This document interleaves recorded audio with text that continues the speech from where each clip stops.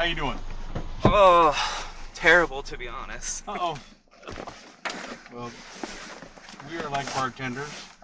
You want to spill your guts and never see me again, you're perfectly welcome.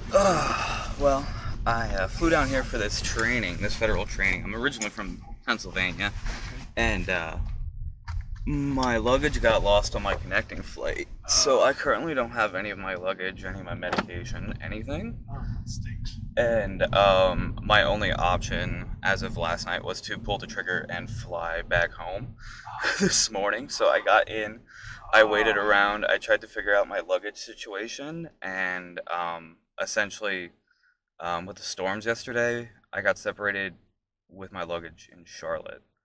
And then the flight from Charlotte to here was then detoured. So my luggage is effectively, I don't know where else because I can't track it currently. Wow, that stinks. So yeah, I got like, I don't know, like 3 hours of sleep after calling my travel agency and stuff and trying to get back on flights, because I need my medication and clothes and everything else, and then I'm trying to explain to them, and they're like, hey, I can't just like hang out and hope my luggage shows up today because they don't even know where it's at. So there's absolutely zero guarantee it's going to show up today or even tomorrow or whatever. So I'm not going to try to run out this morning and buy all these clothes before our training starts at 7. So yeah, I just pulled the trigger and I'm going to fly home. Going back home. And where's home? I live north of Harrisburg, the capital of PA up there. Okay. So, yeah. It stinks big time. It's been a day. Like I said to them yesterday, like, because I waited at the airport to try to get my luggage, and I ended up waiting there until almost 9 o'clock at night, hoping it would show up. And like I said to them, like, I literally could have drove here quicker. Oh yeah, for sure.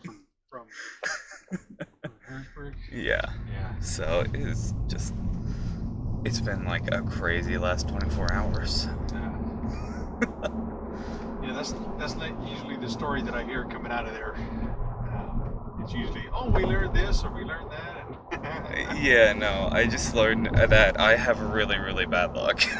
Is what I essentially learned, because I've flown like a total of like 3 times in my entire life, and this was my first time like solo flying as an adult. Okay. And of course something like this has to happen. Like, it's just absolutely crazy. Like, I know, like, I literally downloaded Lyft at like 10 o'clock last night because like they have no way to get, like, you're all on your own to figure out how to get back to the airport. So I'm like, oh, this should be fun. Yeah, everyone's willing to just pick up somebody with like no reviews, no picture, no nothing. I'm like, yeah, awesome. This is gonna be great. I'm just like trying to like throw all this shit together all the time. I was hoping, I was just crossing my fingers that the travel agency that like the federal government books through would pick up last night. And they surprisingly picked up at like 10:30 at night, and were able to book me on flights. So I was shocked about that, but yeah, it's just been like, yeah, I think I was like finally done and like, okay, I have like a plan going forward on what to do tomorrow. Yeah, I guess I better set my alarm. And it's like, you're gonna wake up in 3 hours. I'm like, is it worth going to sleep? Like, too bad there wasn't a casino somewhere, right? yeah, I know. Like, I was literally like, honestly, like, if I go to sleep, I might honestly just feel like more shit. Yeah. So, yeah, it's been crazy. Yeah, it's been some years, but yeah, it's no fun to lose your luggage. We lost some like 25 years ago, but it ended up following us a couple of days later. But yeah, if you don't have a couple of days you need your medication, you need your clothes.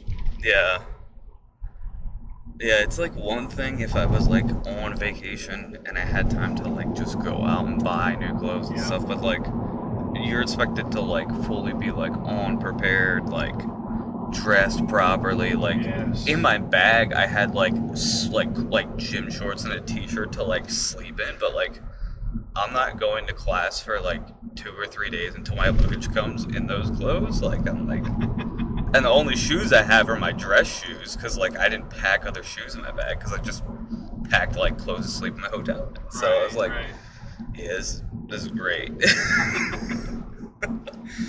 So, yeah. Which airline was it, may I ask? It was American Airlines. American. I could tell something like right away, because I looked at my arrival and departure times for my connector, and it was like 20 minutes in Charlotte. I'm like, there's no way my luggage is gonna make it over. Right. I was like, that is kind of a quick layover. I'm like, yeah, unless they're absolutely throwing, there's no way. So, yeah. Ain't happening. You're right. 20 minutes is nowhere near enough time. You gotta have at least an hour. Yeah. But again, like, because it's all booked through the travel agency, like, you have no control over it. Like, you're at their whim of what flights they schedule. They just schedule it by the cheapest because they get the government rate for it. So it's you're like a government agency that you work for. I work for the Pennsylvania State. Okay. I work for their Department of Human Services. So I guess I've never asked this question, but I guess it's all government attorneys come in here for training. It's yeah, not, like all have, different. Like, private people come in. Like, I don't really think private so. practices, Yeah, it's mainly all different government agencies, whether it's at the federal or state level, Right. Because it's all about collaboration, working between the federal and state level. Because essentially they set up the regulations and say, hey, you guys got to adhere to these, and then every state does it 50 different ways. So they all work back together and say, hey, this works good. Hey, this doesn't. Hey, we think the federal government should help us more with this or that or whatever. So that's like the overall goal of like the trainings that are set up there. So yeah, like it was my first time going there. Like my supervisor's been there like 3 or 4 times, and she's always had like absolutely zero problems. And I was like trying to text her and update her yesterday, but she was also like on her own vacation out of the country too. So I'm like trying not to bother her with like my troubles as well. But I'm like, yeah, I'm just trying to keep you in the loop here. Got drama going on. Yeah, it's like seriously. No fun.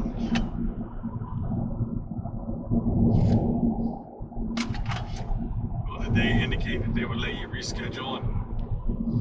Yeah, because they normally run a lot of different trainings. It's more or less like they reach out to our state department and are like, hey, we have so many openings, and then our state department basically disseminates it down to all the other people. So occasionally openings trickle down to us, not always. And since it was shut down with COVID for a bit, there's a lot of people that have been going like under a backlog.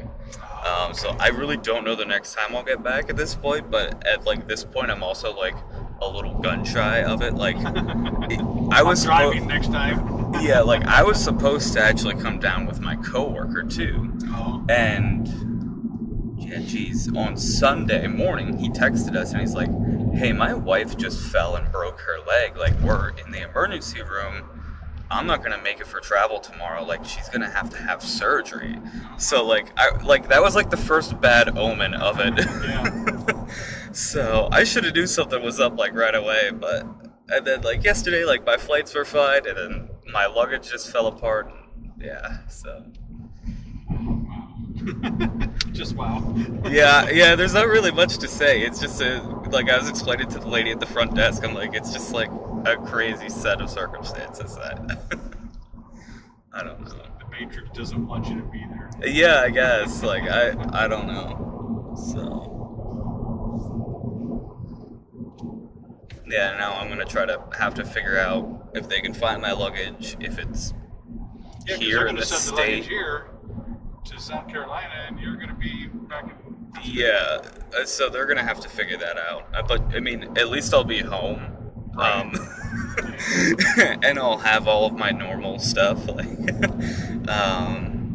so that's, you know, if it takes 3 or 4 days to get there, that's not that big of a deal up there. But Yeah, being home is different. Yeah, for sure.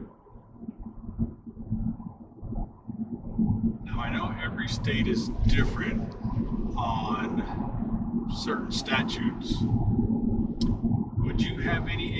information as to whether or not I need permission from individuals to take video footage taken inside the vehicle and posted it like to the internet, like YouTube or something like that.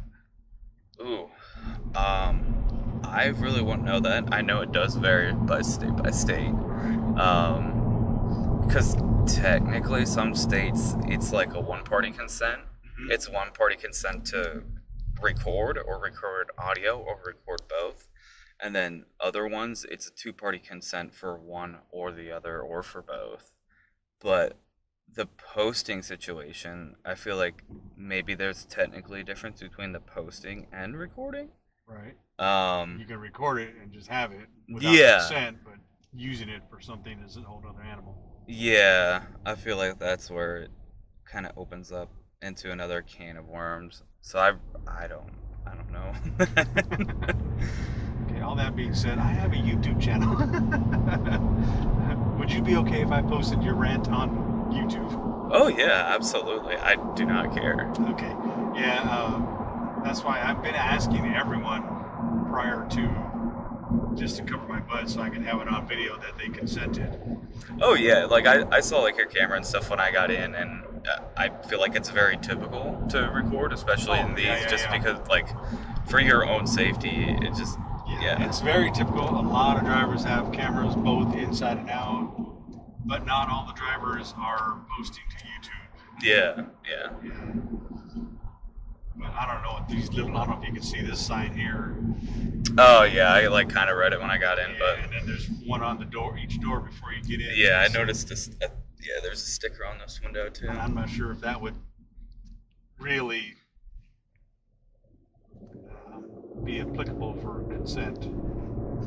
Yeah, that there is like the whole wording of that, and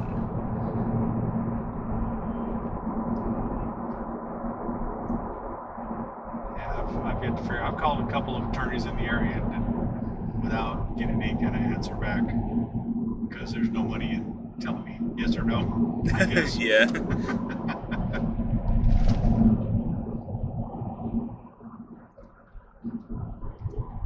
But if you'd like to take a look at the channel, it's called Rideshare with Ron. Oh, okay, nice.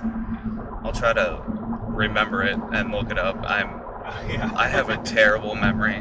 I always joke with people, like, unless you tell me your name like three times, three separate times, there's like no chance I remember it. I have like, I don't want to say terrible short-term memory, but it can be bad at times, especially like when I'm scatterbrained like this. And, I don't know where I'm coming or going with stuff. What was that driver's name? Who cares? I can get my clothes back. Yeah. Like, do I have my wallet and my phone with me? Like, it's like my biggest concerns as I'm going around. Yeah. I still have my fingers crossed because at least my updated tickets have shown up on my app correctly. Because as of last night, it had me flying out at like midnight, which was incorrect. And so I'm like, please update so it has like the correct stuff. But yeah. Well, good luck with all that. If your luggage gets back to you quickly. Yeah, I guess we'll see. But yeah, appreciate the ride, appreciate the conversation. Yep. Hope everything else turns out okay for you. Yeah, me too. Thanks, have a good one. Yep.